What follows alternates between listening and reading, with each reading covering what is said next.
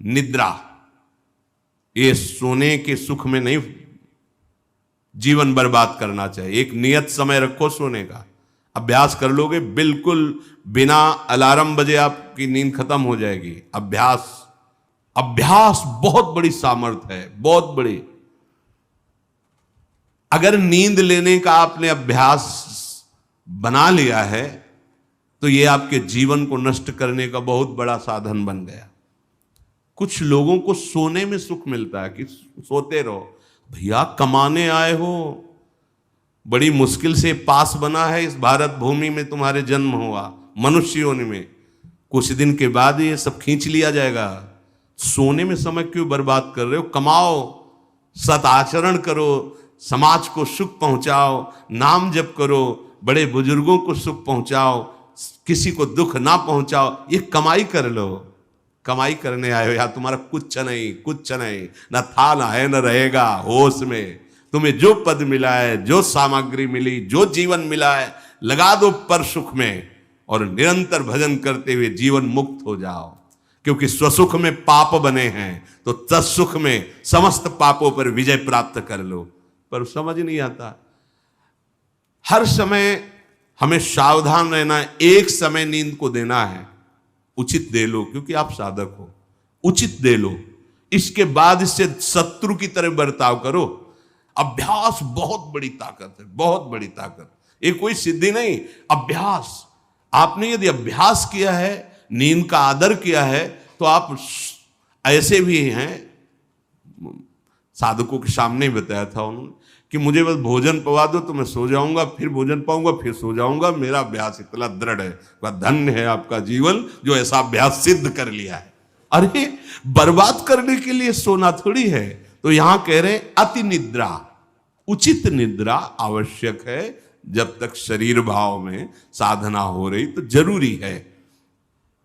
और ईर्ष्या, दूसरे की बढ़ोतरी देखकर जो ईर्ष्या होती है, जो जलन होती है, ये उपासक को उपासना में बढ़ने नहीं देती। इसको संभालिए। एक ही उपाय है, जिस पे ईर्ष्या हो भगवत भाव कर लो। प्रभु मैं आपको जान नहीं पा रहा हूं, फिर भी मेरे अंदर में आपके प्रति, आपके ही प्रति है, क्योंकि आप ही हैं ना। प्रभु मेरा सुधार कर दो, बहुत जल्दी सुधार हो जाएगा। मोह, भले परिवार में रह रहे हो, पर इतनी तो बात समझ लो, ना वो तुम्हारे हैं ना तुम उनके हो। ये तुम्हें समझ में भले ना हो, पर डाल लो। सुत बनितादि जान स्वार्थ रत, ना करू नेह सभी ते, अंत ही तो ही तजेंगे पामर, तू न तजय बहीते। जैसे आप स्टेशन में होते हो तो किसी से मोह थोड़ी करते हो। बैठे हैं सब आसपास, कोई चाय पी रहा है, कोई हंसी मजाक कर रहा है, बातें कर रहे हैं, सब मिलान हो रहा है। गाड़ी आई, किसी से कोई मतलब नहीं, अपनी गाड़ी में। ऐसे ही जैसे प्याऊ में हम खड़े हैं, भीड़ है, पानी पिया, चल दिया। ऐसे ही आपको समय मिला है 70 वर्ष, 80 वर्ष, 100 वर्ष, उन जनों के बीच में रहकर अपनी गाड़ी का इंतजार करो और भगवत प्राप्ति करके अपने परम धाम जाओ। पर अगर नहीं समझ पाए तो ये माया ऐसा लगती, मेरा पुत्र, मेरी पत्नी, मेरा परिवार, मैं, पूरा समय चला जाता है। फिर जिनको तुमने मैं करके अब वो अंतिम समय दिखाई देता है, कोई अपना नहीं, कोई अपना नहीं। अभी मतलब आप तो अपने ही घेरे में हैं, जैसे अपने लोग भ्रमण किए तो देखा है, रो रहे हैं, उनके परिवार वाले उनसे बात भी नहीं करते। अवस्था ऐसी है कि डंडा के सहारे 2-4 कदम चल सकते हैं।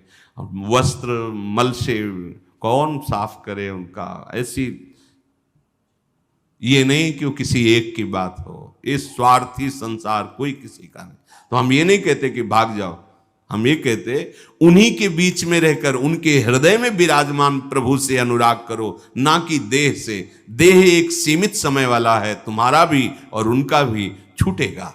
भगवत भाव करके खूब प्रेम करो, खूब सेवा सबकी करो। भगवत भाव विहीन आसक्ति तुम्हारे पतन का कारण बन जाएगी, जिसे मोह कहते हैं। मोह सकल व्याधिन कर मूला, ये मूल है, ये बहुत दुख देने वाला है। तृष्णा, भोगे हुए भोग को बार बार भोगने की इच्छा का नाम तृष्णा। ये डाइन है, इसे शास्त्रों में कहा गया है, ये डाइन है, कभी आघाती नहीं है। ये तृष्णा रूपी डाइन सबके हृदय में बैठी है। हर भोग को बहुत बार भोगा फिर भी भोगने की चाह, इसी का नाम तृष्णा है। और कायरता, जो नहीं होना चाहिए उसमें बहुत उत्साहित है, जो करना चाहिए, जो होना चाहिए उसमें, उसे कायरता कहते हैं। ये कायरता साधक में अगर है तो परमार्थ विहीन कर देगी।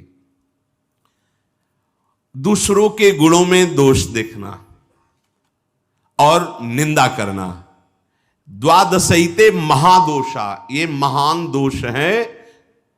धृतराष्ट्र जी से कह रहे सनत सुजात जी, इन्हीं दोषों के कारण हृदय में बैठे हुए भगवान का साक्षात्कार नहीं होता। ये प्राणों का नाश करने वाले, ये प्रज्ञा का नाश करने वाले, ज्ञान नेत्रों को ये ढक देने वाले दोष हैं। शोक, क्रोध, लोभ, काम, मान, अत्यंत निद्रा, ईर्ष्या, मोह, तृष्णा, कायरता, गुणों में दोष देखना और निंदा करना, ये 12 महान दोष साधक की साधना का नाश करने वाले हैं। भगवत अनुभव इन्हीं के कारण नहीं हो पाता। भगवान हृदय में है पर हमें अनुभव क्यों नहीं होता? इन 12 दोषों के कारण। राजेंद्र, जो लोलुप पुरुष, क्रूर कर्म करने वाला, कठोर वाणी बोलने वाला, कृपण स्वभाव वाला, मन ही मन दूसरों के प्रति जलने वाला और अपनी प्रशंसा करने वाला है, वो निश्चय ही भगवत मार्ग में नहीं चल पाता है, भगवत मार्ग का वर्ण नहीं कर पाता है।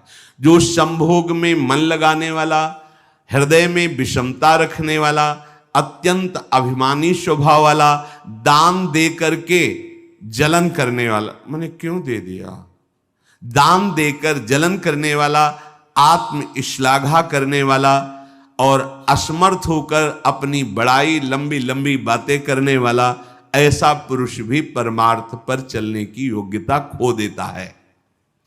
सच्ची हो या झूठी, निंदा करनी ही नहीं है। सद वा परिवादो ब्रह्मणस्य ना सस्यते नरक प्रतिष्ठास्ते वही शूर एवं कुर्वते जनाहा। बोले इसमें क्या, मैंने देखा ऐसा ऐसा ऐसा, तो शास्त्र कह रहा है कि तुम देखो भगवान को, सर्वम खलमिदम ब्रह्म ने नानास्ति किंचित, देखा तुमने? सत्य वस्तु को तो देखा नहीं। तो कह रहे सद वा परिवादो, झूठी हो या सच्ची, किसी की भी निंदा नहीं करनी। बोले हम तो सत्य बोलेंगे, तो सत्य को जाना तुम, सत्य एक है, सच्चिदानंद में है, उसको जाना। अगर उसको नहीं जाना तो तुम झूठे तो हो ही, तो तुम्हारी हर बात झूठी है। बोले नहीं, हम सत्य बोलते हैं, हमने जो देखा। तुम क्या देखा? जो देखना चाहिए वो देख पाए, जो नहीं देखना चाहिए वो देख पाए, तो तुम तो झूठा देख रहे हो, झूठा बोल रहे हो। सद वा परिवादो, बात सच्ची हो या झूठी, यदि वो किसी की निंदा है तो नहीं करना है। अगर करते हो तो नरक प्रतिष्ठास्ते वही स्यूर एवं कुर्वते जनाहा, निश्चित उसे नरक की प्राप्ति होती। ये सनत सुजात जी महापुरुष बोल रहे हैं। जो बहुत बकवाद करने वाला है, दूसरों के दोषों का वर्णन करने वाला है और धन का दुरुपयोग करने वाला है, प्राणियों को कष्ट पहुंचाने वाला है, ऐसे आचरण वालों को देख करके प्रणाम मन से करके दूरी बनाओ। इनका संग नहीं करना चाहिए। इसलिए वो धन्य है जो सब प्रकार की कुचेष्टाओं का त्याग करके एकांत मन से भगवान श्री हरि की उपासना करते हैं। ना किसी से स्तुति, ना किसी से निंदा, ना किसी से राग, ना किसी से द्वेष। वो महापुरुष बालवत हो जाते हैं, बालवत, निर्विकार, ब्रह्म का साक्षात्कार करके बालवत चेष्टा के द्वारा जीवन व्यतीत करते हैं। वेदों में इसी स्थिति को जीवन मुक्त अवस्था कहते हैं। हे राजन, सच्चिदानंद परब्रह्म की प्राप्ति ही इस जीवन का परम लक्ष्य है। जो इस लक्ष्य को निश्चित करके जो बताए हुए दोष हैं उनका त्याग करके, असाधनों का त्याग करके साधन में स्थित रहता है, निश्चित उसका स्वभाव बालवत। बड़े बड़े महापुरुषों को देखे एकदम निर्विकार, बालवत चेष्टा, बोधवान होते हुए भी अबोधवत चेष्टा। जैसे बच्चा न किसी से राग न किसी से द्वेष, खेल रहे स्वाभाविक। जीवन मुक्त महापुरुष कर्ता और भोक्ता भाव से रहित होते हैं, कोई भी दोष उनका स्पर्श नहीं करता, वो जगत मंगल करते हैं। वही स्थिति अपने को प्राप्त करने का समय दिया गया है। दृढ़ स्थिति प्रभु आप नहीं नहीं नहीं, बहुत कृपा से ऐसी ऊंचाई पर आ गए जहां इन द्वंद्वों का प्रवेश नहीं, तो आप फिसलना नहीं, नहीं अब चूक नहीं, हर समय सावधान, सेवा सुमिरन सावधान, हर समय सावधान। एक सेकंड के लिए भी किसी इंद्रिय को छूट नहीं, धोखा पैदा कर देगी, भ्रम पैदा कर देगी, फिर पश्चाताप होगा। लोक चतुर्दश बहुविधि भटक्यो, स्वार्थ लगी मैं हरि बिसरायो। 14 भुवनों में स्मृति जागृत है, जो भगवत साक्षात्कार करने की स्थिति है, उसमें ऐसी स्मृति सब दिख, जैसे काकभूषण जी कह रहे मुझे सब कल्पों का याद है। जिस समय अंतिम समय होता है जीव का, या जिस समय गर्भ में होता है, दोनों स्थितियों में, गर्भ में उसे बहुत जन्मों की याद आती है, तो वो व्याकुल हो जाता है। ऐसे ऐसे कर्म उनके परिणाम से इस गर्भ में, एक बार प्रभु एक बार मुझे निकाल दो, मैं जाकर के मानव देह में ऐसे सत्कर्म करूंगा, ऐसा भजन करूंगा कि दोबारा मां के गर्भ में ना आना पड़े। जब अंतिम समय होता है तो जितने इस जन्म में दुष्कर्म या सत्कर्म के सब सामने घेर लेते हैं, बहुत जन्मों के कर्म संस्कार छा जाते हैं, और जो उसको योनि मिलनी होती है वही चित्त अटक जाता है। आगे बहुत सावधान, बहुत सावधान। कह रहे हरिराम व्यास जी, 14 लोकों में घूम कर, मेरी स्मृति इस समय जागृत, 14 लोकों में घूमा हूं, हर जगह सुख भोग की लालसा में हरि का विस्मरण ही होता रहा। हरि का स्मरण कब होता है अखंड? जब लौकिक सुखों की भोगों की चाह खत्म हो जाती है। होगी कैसे? भगवान नाम जप से।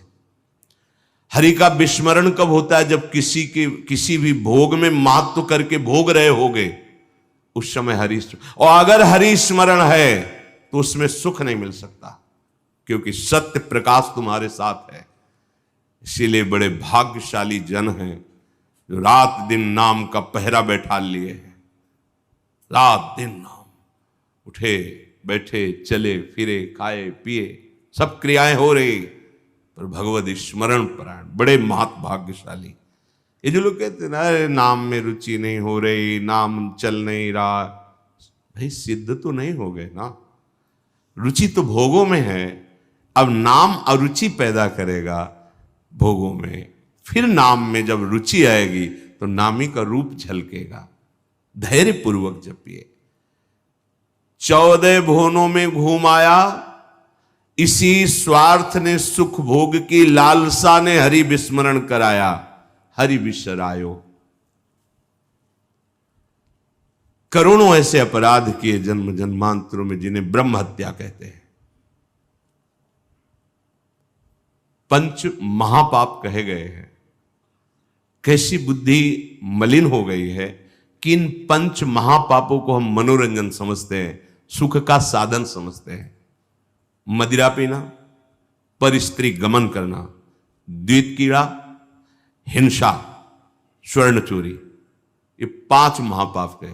बोले हम तो हिंसा नहीं करते, अगर मांस खाते हो तो हिंसक ही हो, वही दंड मिलेगा जो हिंसा करने वाले को मिला है। वैसे जैसे कोई गौ हत्या करता है और आप मांस खाते हैं, तो बिल्कुल वही हत्या आपको प्रताड़ित करेगी, आपको जलाएगी, आपका नाश करेगी। कोटि गाय ब्राह्मण मारे को ताप पाप उपजायो। ब्रह्म हत्या जैसा पाप लगता है। देखो कैसी मलिनता है। इसको हम आनंद समझते हैं, मनोरंजन समझते हैं। यह है भारी विपत्ति संपत्ति की। बहुत बहुत सावधान। यह ऐसा धुआं उठा है कलिकाल का, मलिनता का, कि पापाचरण में रति है। जैसे निष्ठावान धर्मात्मा पुरुष धर्म से विचलित नहीं हो सकता, ऐसे ही हम अधर्म निष्ठा वाले बन रहे हैं। स्वागत में तो मदिरा ही प्रधान हो रही। कैसा कैसा बुद्धि काम नहीं कर रही। कैसे मंगल होगा, कैसे सुख होगा, जिसे शास्त्र के रचयिता भगवान स्वयं श्री कृष्ण द्वैपायन व्यास देव जी वो कह रहे हैं ये पंच महापाप है, ये ब्रह्म हत्या के समान है। कैसा कैसा मनोरंजन। मित्र मिले, क्या स्वागत में मदिरा रखी जाए, और बहुत भाई धनी है, ऐश्वर्यवान, तो मांस भक्षण और व्यभिचार, मनोरंजन के लिए द्वैत कीड़ा, दूसरों का धन अपहरण करना, हिंसा करना स्वभाव। क्या हो रहा है? बोले पाप ताप उपजायो, भारी ताप। कल जो है किसी को पूरी चमड़ी सड़ रही है, पूरी चमड़ी चिल्ला रहे, पूरी चमड़ी उधेल रही, खून रक्त ऐसे मक्खियां भिन भिना रही। क्या हुआ? कर्म बिगड़ गया, मानव देह मिली, जीना मुश्किल है, प्रतिपल अब जब तक जिए तब तक वो चीखता रहेगा। अर्थ नहीं है औषधि के लिए, कोई पास नहीं जा रहा है। कैसे आप समझो, जब कर्म अपना दंड देना प्रारंभ करेगा तो कोई तुम्हारी रक्षा नहीं कर पाएगा। बात समझो। हरिराम व्यास जी कह रहे हैं, कोटि गाय ब्राह्मण मारे को ताप पाप उपजायो। आप देश विदेश घूम रहे, आप मांस भक्षण कर रहे हैं, क्या आपको ये जानकारी है कि विधर्मियों ने तलवार की नोक पर उसको पवाने की चेष्टा करते थे तो गर्दन कटवा लेते थे जन, पर उसको कभी जवान पे नहीं रखा, ऐसे चीर दिए गए, स्वीकार कर लिया, पर उन्होंने उसको आज तुम पैसे देके खाते हो, तुम जानकारी करते हो कि जो तुम देश विदेश ऐसे घूम रहे हो, गर्दन उतरवाना स्वीकार कर लिया पर चखा नहीं। आज तुम्हारी बुद्धि इतनी भ्रष्ट है कि तुम पैसा देकर उसे खाते हो और अपने को मनुष्य कहते हो, अपने को जो जो भी नाम दो कि हम ये सनातनी, हम ये धर्म में चलने वाले। आप क्या, सनातन भगवान का नाम है, भगवान का नाम सनातन है। तुम भगवान के हो तो भगवान की आज्ञा का पालन करो, तुम्हारे लिए जो बना हुआ आहार है उसे आप पाओ, धर्म पूर्वक चलो। महापाप हम हर्षित होकर करते हैं, बातें बड़ी बड़ी ज्ञान वैराग्य बड़ी उन्नति की बातें करते हैं, और हमारे आचरण कैसे होते हैं। सुधार करो भाई, सुधार कर लो। अगर आपको ये मानव देह मिला है तो संभाल कर लो, नहीं कितनी योनियों में भटकना पड़ेगा अभी पता नहीं। अज्ञान के कारण लगता है देख लेंगे, कुछ नहीं, सावधान हो जाओ। यदि आप जिस पशु का मांस खाते हैं उसी पशु की हत्या का आपको पूर्ण दंड मिलेगा। यानी कि मैं खरीद लाता हूं, मैं कोई हत्या तो नहीं करता, लेकिन आप पा रहे हैं ना, तो वही पाप आपको लगेगा, वही। कर्ता प्रेरक अनुमोदन। आगे कह रहे, कबहू स्वपचु शरीर धर्यो मैं, चोरी बल उदर बढ़ायो, कबहू कविद्यावाद स्वाद लगी, ब्राह्मण हुए पुजवायो, हरि बिनु छीन ना कहूं सुख पायो। कभी नीच प्रवृत्ति धारण करके, नीच योनि में जन्म लेकर के नाना प्रकार की चोरी कपट छल, बस कैसे पेट भरे। कभी बहुत विद्वान होकर के विद्या के अभिमान में तर्क विवाद करते, प्रकांड पंडित थे, ये जहां भी जाते थे विजयश्री विद्वता से प्राप्त करते थे। तर्क जिह्वा में ऐसी प्रवीणता थी, कोई इनके सामने टिकता नहीं था। तो वहां फिर नमस्कार, पूजा, सम्मान, वाहवाही। कबहू कविद्यावाद स्वाद लगी, ब्राह्मण हुए पुजवायो। जब कोई प्रणाम करता है, नमस्कार करता है, प्रशंसा करता है, अच्छा लगता है। वो अच्छा लगना देह भाव को पुष्ट करके भगवत विस्मृति के गर्त में गिरा देगा। कबहू करंक निशंक भयो, घर घर फिर जूठो खायो। कबहू क सिंहासन पर बैठो, छत्र चौर ढरवायो। कभी तो इतनी गरीबी देखी है, कभी किसी योनि में ये देखा कि राजा बन गया, छत्र चौर बड़ा वैभव, लेकिन उधर गरीबी में भूख से व्याकुल होकर भगवत स्मृति रहित जीवन गया। कभी इतना वैभव कि उसके अभिमान में प्रभु को भूलकर भटकता रहा। ये ऐसी माया है कि जो जहां है उसी में आसक्त है। महाभारत में प्रसंग आता है, भगवान व्यास देव जी जा रहे थे तो एक नाली का कीड़ा निकलकर बड़ी तीव्र गति से मार्ग को लांघ रहा था। वह भाई इतनी रफ्तार से आप जा रहे हो, क्यों, क्या पीड़ा है तुम्हें? वो बोले उस साइड की नाली में मुझे जाना है और भयभीत हूं। क्यों भयभीत? तुम्हें गाड़ी की आवाज नहीं सुनाई दे रही? बैलगाड़ी आ रही, वो हमारे ऊपर चढ़ेगी तो मैं मर जाऊंगा। भगवान व्यासदेव जी सर्व भाषाओं का ज्ञान रखने वाले, उन्होंने कहा तुम्हें इस कीड़े शरीर से इतना प्यार है? अरे ये शरीर नष्ट होगा तो दूसरा शरीर मिल जाएगा। बोले आपको जो व्यास शरीर प्रिय है ना, ये उतना ही हमें ये कीड़े का शरीर प्रिय है। भगवान व्यासदेव जी ने कहा बड़ी भगवान की विचित्र माया है, अब हम तुम्हारा परम कल्याण करेंगे। तुम एक बार मेरे कहने से रुक जाओ, अभी शरीर छूटेगा और तुम सुख को प्राप्त होगे, तुम्हें दुख नहीं मिलेगा शरीर छूटने के समय। स्तब्ध किया उसको, वो गाड़ी आई कुचल के में। उसका फिर चतुर्वर्ण में जन्म हुआ मनुष्य योनि में। वो जब नवयुवक हुआ तो अपने इन्हीं सब कार्यों में जो चतुर्वर्ण के कार्य उसी में मगन गए भगवान व्यासदेव जी। बड़ा बड़ा प्रसंग है, मुझसे छोटा करके। भाई तुम कौन हो? अपना परिचय। मैं अमुक हूं। नहीं नहीं, तुम्हें याद है? अब स्मृति जागृत हुई। हाँ मैं वही कीड़ा हूं जो आपसे, तो देखो तुम फंस गए ना फिर यहां। जैसे तुम्हें कीड़े का शरीर प्रिय था, ऐसे तुम ये इस शरीर में। नहीं नहीं, इसको भी छोड़ो। भगवान व्यासदेव जी ने वो शरीर छुड़वाया। क्रम से वो प्रथम वर्ण में जब उस ऐसे राजा बना, तृतीय वर्ण, ओ चंवर डुलाए। तुम्हें याद है हर वर्ण में उसका जन्म हुआ क्रम से। तुम्हें याद है?